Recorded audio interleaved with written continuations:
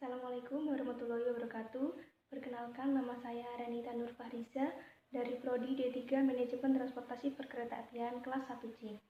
Pada kesempatan kali ini, saya akan membahas tentang sistem persinyalan kereta api. Pengertian dari sistem persinyalan kereta api sendiri, yaitu seperangkat fasilitas yang berfungsi untuk memberikan isyarat berupa bentuk, warna, atau cahaya yang ditempatkan pada suatu tempat tertentu dan memberikan isyarat dengan arti tertentu untuk mengatur dan mengontrol pengoperasian kereta api. Sinyal berasal dari kata Latin signum yang artinya tanda. Sinyal adalah pembawa berita tentang keadaan jalan bagi kereta api dan bagi awak kereta api. Dilihat dari bentuknya, maka sinyal dapat dibedakan antara sinyal optis dan sinyal akustis. Sinyal optis berupa gerakan tangan, gabungan antara posisi lengan pada tiang sinyal dan cahaya yang diperlihatkan.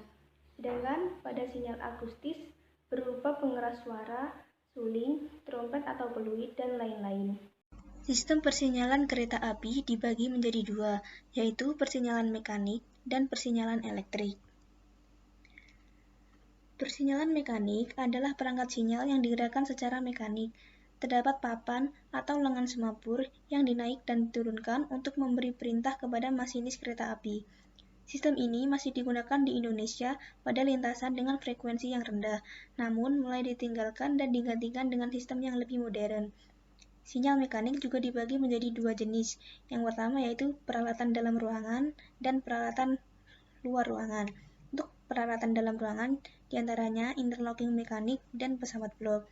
Untuk peralatan luar ruangan, diantaranya peraga sinyal mekanik, penggerak wesel mekanik, petunjuk kedudukan wesel mekanik, penghalang sarana, dan media transmisi atau saluran kawat. Selanjutnya, persinyalan elektrik. Persinyalan elektrik adalah persyaratan lampu seperti halnya lampu lalu lintas untuk mengatur jalannya kereta api. Pada sistem persinyalan elektrik terdapat 3 warna lampu. Yang pertama yaitu warna merah, menunjukkan indikasi tidak aman sehingga kereta api harus berhenti. Yang kedua, warna kuning, menunjukkan indikasi hati-hati sehingga kereta api harus mengurangi kecepatan dan siap untuk berhenti. Yang ketiga yaitu warna hijau, menunjukkan indikasi aman. Untuk menghindari bola lampu putus, biasanya digunakan 2 pasang lampu atau setiap aspek dipasangi 2 lampu. Sedangkan perkembangan terakhir yang sudah mulai digunakan di Indonesia adalah penggunaan lampu LED. Jenis-jenis sinyal ada 3, yaitu sinyal utama, sinyal pembantu, dan sinyal pelengkap. Yang pertama kita akan membahas tentang sinyal utama. Terdiri dari sinyal masuk, sinyal keluar, sinyal blok, sinyal langsir, dan sinyal darurat. Apa itu sinyal masuk? Sinyal masuk atau sinyal dua lengan yaitu sinyal yang berfungsi untuk memberi petunjuk melalui isyarat berupa warna atau cahaya bahwa kereta api akan memasuki stasiun. Sedangkan sinyal keluar atau sinyal satu lengan yaitu sinyal yang berfungsi untuk memberi petunjuk melalui isyarat berupa warna atau cahaya bahwa kereta api boleh meninggalkan stasiun. Yang ketiga, sinyal blok, yaitu sinyal yang berfungsi untuk memberi petunjuk melalui isyarat berupa warna atau cahaya bahwa jalur kereta api dibagi dalam beberapa petak blok. Selanjutnya, sinyal langsir, yaitu sinyal yang berfungsi untuk memberi petunjuk melalui isyarat berupa warna atau cahaya bahwa boleh atau tidak boleh melakukan gerakan langsir. Yang terakhir, yaitu sinyal darurat, yaitu sinyal yang berfungsi untuk memberi petunjuk melalui isyarat berupa warna atau cahaya.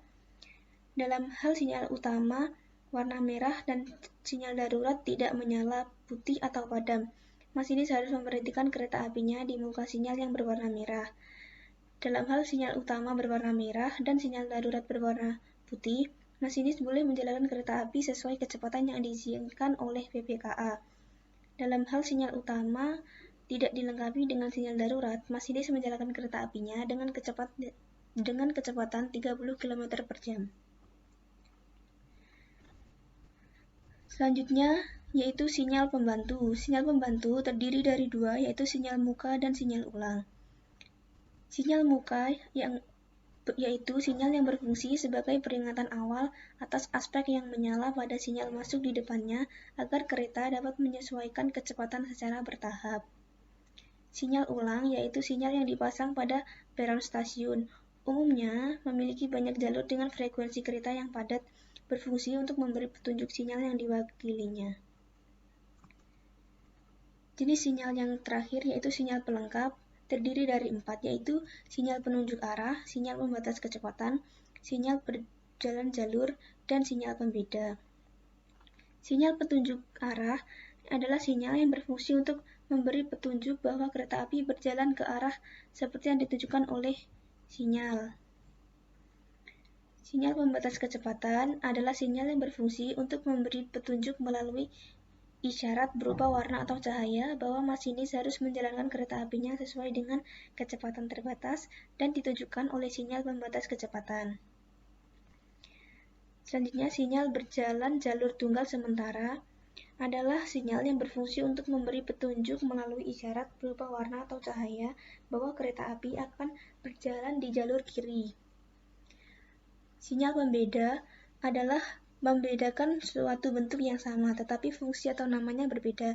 Misalnya, bentuk fisik sinyal muka dan sinyal blok tertutup bentuknya sama persis, maka untuk membedakan keduanya diberi marka.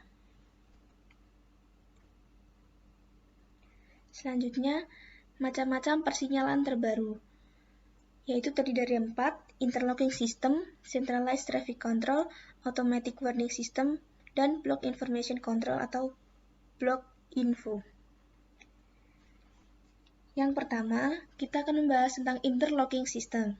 Interlocking adalah otak dari semua persinyalan elektrik. Interlocking adalah komputer khusus yang didesain untuk tujuan mengatur keselamatan perjalanan kereta api, khususnya kereta api yang akan masuk dan keluar dari stasiun. Interlocking adalah vital safety critical system yang dibangun dengan prinsip-prinsip fail-safe. Prinsip fail-safe berarti apabila interlocking mengalami failure akan menuju kondisi yang dijamin aman. Interlocking memiliki antarmuka dari Local Control Panel atau LCP sebagai Human to Machine Interface atau HMI, menerima input dari train detector, signal probing, point position detection, block information control atau input, dan tombol tambahan yang lainnya seperti level crossing acknowledge button sebagai output. Interlocking mengendalikan point machine, signal lamp, dan block information control atau output. Selanjutnya yaitu Centralized Traffic Control. CTC adalah suatu sistem yang didesain untuk pengendalian stasiun jarak jauh oleh Train Dispatch Operation Center atau OC. Sistem pengendalian jarak jauh merupakan cara yang paling efisien untuk pengendalian lalu lintas kereta api, karena train dispatcher dapat memonitor seluruh sekaligus mengendalikan stasiun-stasiun yang ada di sekitarnya, dapat melihat dari beberapa stasiun yang berbeda, dan dapat mengontrol secara serempak. Sistem ETC memulai beberapa fungsi utama seperti pengendali, pemantau, pengatur jadwal, dan describer kereta api. Perangkat lunak yang digunakan pada CTC didesain secara MMI, yaitu Man Machine Interface. Perangkat lunak ini menyediakan menu editing untuk membuat atau memodifikasi tata letak stasiun serta boolean logic. Menu editing diperlukan untuk memodifikasi tata letak stasiun jika suatu saat ada modifikasi data interlocking. Selanjutnya yaitu Automatic Warning System. Automatic Warning System untuk persimpangan jalan kereta api adalah peralatan yang dapat beroperasi secara otomatis dan dapat memberikan peringatan kepada para pengguna jalan yang akan melewati jalur kereta api. Peringatan disampaikan melalui bunyi sirine maupun lampu sinyal. Peralatan ini dapat dipasang baik di jalur kereta api listrik maupun pada jalur kereta api konvensional. Selain itu, peralatan ini dapat diintegrasikan dengan sistem interlocking yang telah terpasang maupun dipasang secara terpisah. Yang terakhir yaitu Block Information Control atau Block Info. Setiap akan memberangkatkan kereta api, stasiun keberangkatan harus meminta izin kepada stasiun tujuan untuk memastikan jalur rel antar stasiun aman atau tidak ada kereta lain. Pada prosedur blok info ini dilakukan dengan permintaan blok aman ke stasiun tujuan dengan cara memberikan output logika yang statusnya dikirimkan ke stasiun tujuan melalui jalur telekomunikasi. Stasiun tujuan akan memberikan respons aman apabila tidak ada kereta api yang berada di petak blok jalur rel antar stasiun. Prosedur di atas dilakukan untuk komunikasi blok antar stasiun dengan interlocking elektrik pada kedua stasiun. Namun, ada kalanya stasiun tujuan memiliki interlocking mekanik. Agar dapat berkomunikasi dengan interlocking mekanik, pada interlocking elektrik harus dipasang alat yang dinamakan block interface unit.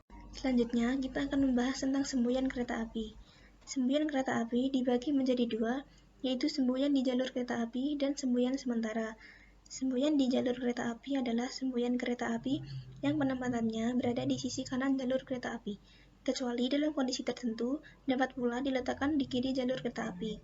Semboyan ini terbagi menjadi semboyan sementara, tetap, wesel, corong air, jembatan timbang, dan batas ruang bebas. Selanjutnya, semboyan sementara adalah semboyan yang disyaratkan dengan tangan oleh PPKA atau penjaga perlintasan sebidang, atau berupa rambu-rambu yang dipasang di kanan jalan rel. Umumnya, semboyan tangan disyaratkan apabila ada gangguan di perjalanan atau melewati jalur yang harus dilalui dengan kecepatan terbatas dan hati-hati. Semboyan kereta api sebenarnya terdiri dari 56 semboyan, tetapi semboyan yang cukup populer dan mudah dikenali oleh masyarakat yaitu ada semboyan 5, semboyan 7, semboyan 40, semboyan 41, dan semboyan 35. Demikian video dari saya, ada kurang lebihnya mohon maaf. Wassalamualaikum warahmatullahi wabarakatuh.